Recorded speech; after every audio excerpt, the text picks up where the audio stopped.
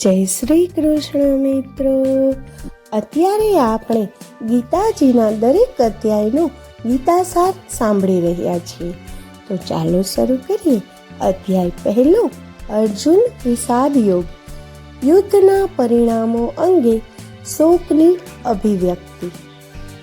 એક જ વંશના બે પરિવારના પિતરાઈ ભાઈઓ કૌરવો અને પાંડવો વચ્ચે આરંભ થનારા મહાભારત યુદ્ધની રણભૂમિના ઉંબરા ઉપર ભગવદ્ ગીતાનું પ્રાકટ્ય થયું.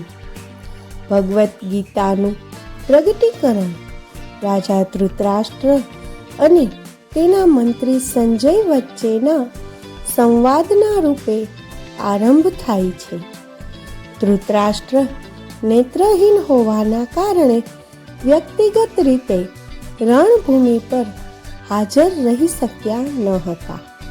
અતઃ સંજય તેમને રણભૂમિ પર બની રહેલી ઘટનાઓનું તાજું વિવરણ આપી રહ્યા હતા.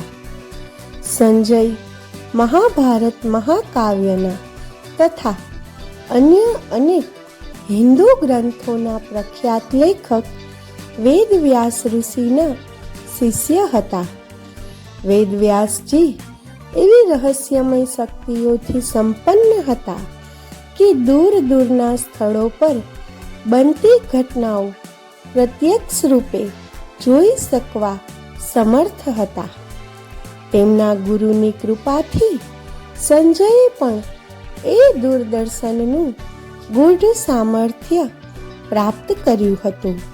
આ રીતે તેઓ દૂરથી જ યુદ્ધ ક્ષેત્રમાં ઘટતી તમામ ઘટનાઓનું નિરીક્ષણ કરી શકતા હતા અને રાજમહેલમાં હોવા છતાં ધૃતરાષ્ટ્ર સમક્ષ આંખે દેખ્યો અહેવાલ પ્રસ્તુત કરી રહ્યા હતા.